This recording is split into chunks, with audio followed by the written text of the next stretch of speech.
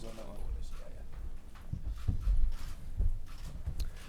Good evening, everybody. Firstly, apologies for the slightly later start than originally scheduled. Before we get underway, Gareth will say a few words before we open the floor for questions. Yeah, just to say, are we on? Yeah. Just to say that we're delighted to be coming down to Southampton to play. Our experiences of taking the team around the country have been really positive, and I know the tickets here sold out really quickly. So we're looking forward to a brilliant atmosphere tomorrow night. We know a very tough game. Very impressed with Kosovo, the way that they've played and the results that they've had. So we're expecting a different sort of challenge to Saturday, but one that we're looking forward to. Rob, do you want to start? Gareth, what did you learn from that Bulgaria game, and how does it shape your thinking going into this one? Well, I think a very different style of game. I think Kosovo will be very high pressing, hard working, more attacking threat than we faced on Saturday. Maybe there'll be a little bit more space to play higher up the pitch, but certainly their forwards and the whole team work extremely hard to make life uncomfortable for you. So whatever we learned from Saturday's game, I think this is a completely different challenge, and we've got to approach it that way. Your captain showed his value again. Is Harry Kane undroppable from an England perspective? If he's fit, he plays. Well, in the end, in the summer, we decided that he probably wasn't ready to start. So I don't think you can have a player that is undroppable, because I think that's a dangerous route for any team. And it's probably not healthy for any individual player. So without wishing to create a load of fuss the day before the game, I think it's safe to say he won't be dropping him for tomorrow. But you know, his level of performance is consistently so high that it would be a rare occurrence.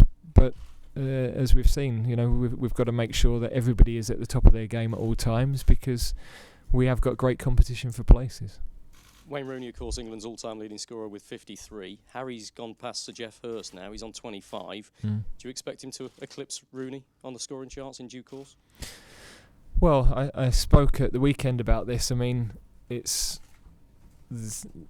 Wayne, Sir Bobby Charlton, Gary Lineker to have scored the number of goals they've had isn't only about their quality in front of goal. It means they've had longevity. They've stayed relatively injury-free. They've been available to play a lot of games, and they've maintained their form to be first choice throughout most of their career. So to be able to do it, Harry's got to do all of those things. What I would say is that his mentality and his professionalism means he will give himself every chance of doing it, and he's got the ability and the drive to want to do it. How it will all play out, it's, you know, we're a long way from that, but it's a remarkable record in such a short period of time, that's for sure. On a more sinister note, Declan Rice has spoken today about the threats that he and his family received on social media after he pledged his allegiance to England away from the Republic of Ireland. Was that something you were aware of, and what do you make of it? Yeah, I think when I spoke with Declan about the possibility of him transferring association across, I was very conscious that this was something that could happen, and that's why I wanted to tread very carefully to make sure that him and his family had all the time they needed to make a decision. I never pushed because I suspected that this would be part of the consequences of that, and so you know, he's, I think, dealt with everything incredibly maturely. He just wants to focus on his football, and I think he's been a really excellent addition to our squad in terms of his ability, but also his mentality and personality. He fits the mould of so many of our team. They're desperate to improve. They're desperate to maximise their talent, and he's no different. It's social media again in the spotlight here. Are we reaching a stage where you as England manager might recommend to professional footballers under your care and further afield that they simply don't go on social media? Well, I think a lot of the guys don't anyway. I think the reality of being in the public eye is that whether it's through social media or other formats, people are subjected to abuse, and I think people are naive if they don't realise that happens and has happened for years. But social media is clearly amplifying that, and I think it's possible to have tighter controls. So there is some responsibility, I think, for the companies involved to, for want of a better phrase, police that a little bit more strictly than they have. Jordan, as a senior pro yourself, what do you make of social media? What's your advice to the youngsters at Liverpool and the youngsters here about it? Well, I was just thinking there, if you try and take social media away from them, I'm not sure most of them will be happy about it. I think it's evolved, of course, and the younger generation, it's normal for them. So I think it'll be difficult to take away. I think I seen an interview Marcus done the other day, and he mentioned it about if you create an account and things on social media about identification with us. I thought it was a really good idea. I didn't realise people can just create accounts and you don't know who it is really. So I think that's one way forward. If somebody could do something about that, that would be great, and it would help, I'm sure. But I think for the lads, they just need to be sensible with it, not read too much into it. I think it's good to interact with the fans who support them and encourage them, want them to do well, but you're also going to get people that are going to criticise you and not great things about you as well, and you've just got to get on with it really. Don't read the comments, and just concentrate on playing football. And I think a lot of the lads have companies that may help with the social media anyway, in terms of the uploading pictures and stuff, so maybe some of them don't need to go on as much anymore. Let's talk about football, shall we? Because the look on your face and the emotion that you showed in Madrid when you won the Champions League was a special moment, I think, for a lot of England fans to see you react in that way. Would it mean even more to you if you won a trophy with England? It would mean a lot. I wouldn't say it would mean more, but that goes for any trophy. I wouldn't. Any trophy that I win, I'll be, over the moon, and that's all I ever want. Is to win, whether that's at Liverpool, at England, and it means so much to me to win trophies, to win as a team really on a weekend. It means so much. So to win a trophy in the summer was massive, and huge for me and for my team. But for England as well, we want to go forward. That's what we want to achieve. We want to win trophies, and we want to be as successful as we can be, and that would mean everything to me, and I'm sure the lads as well. So hopefully one day we can see that. Give us a perspective. You've been in this England side a long time now. Is this the most competitive midfield that you've been a part of? It's always competitive.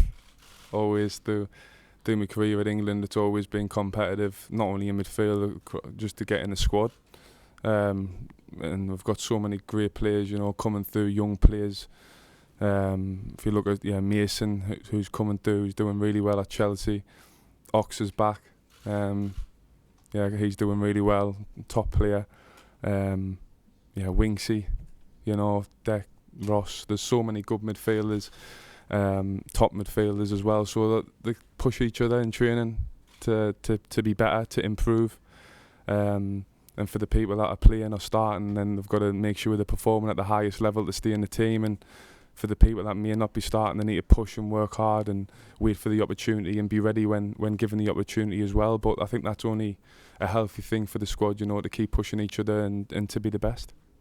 Gareth, last one from me. Are you thinking you'll make many changes from the starting 11 against Bulgaria?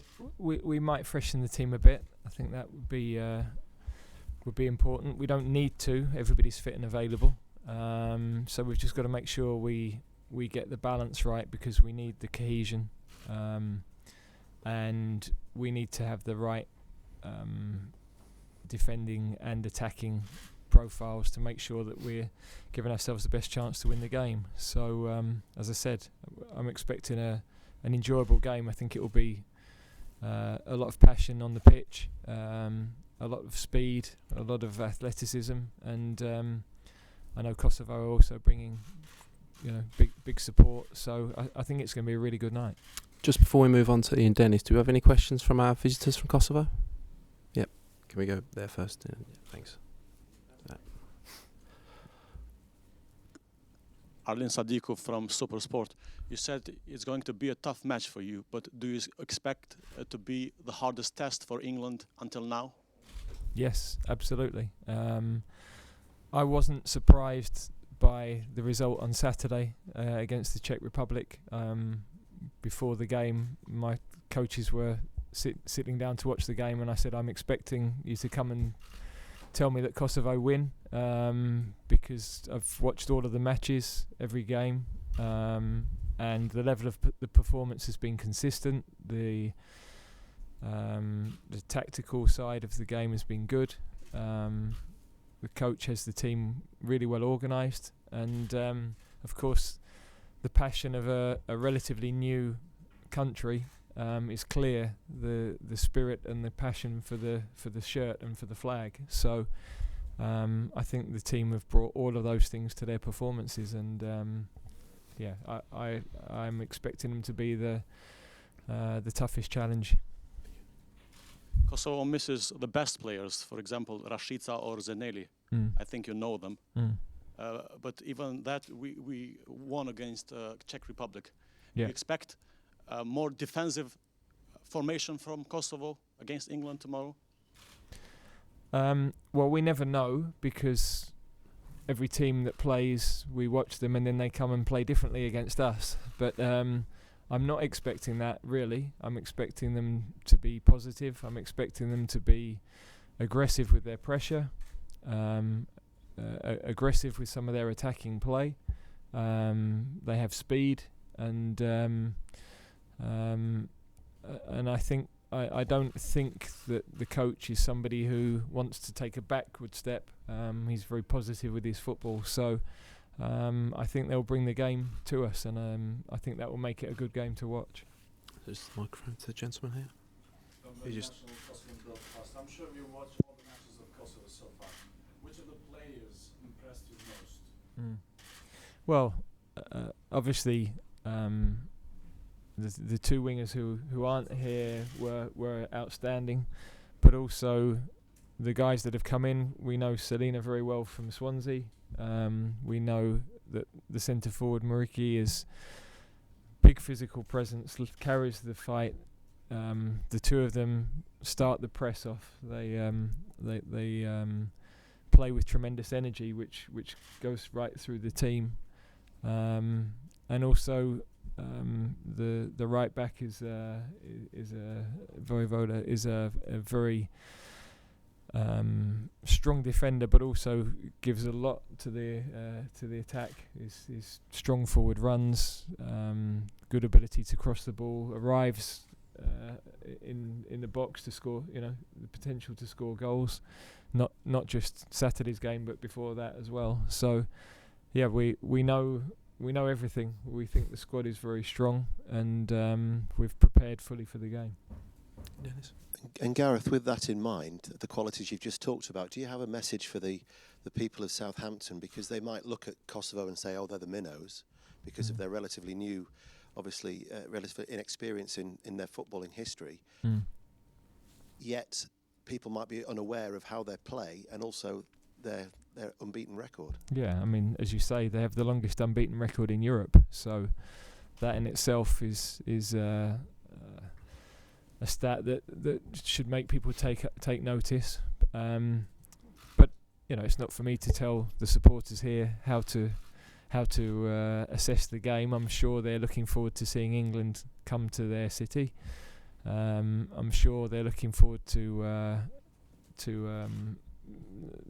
the game and getting behind the team as much as we've found in the other places we've played away from Wembley. So and I think they'll see for themselves the quality of the opposition, and the desire of the opposition will make it a really intense game. Any further questions?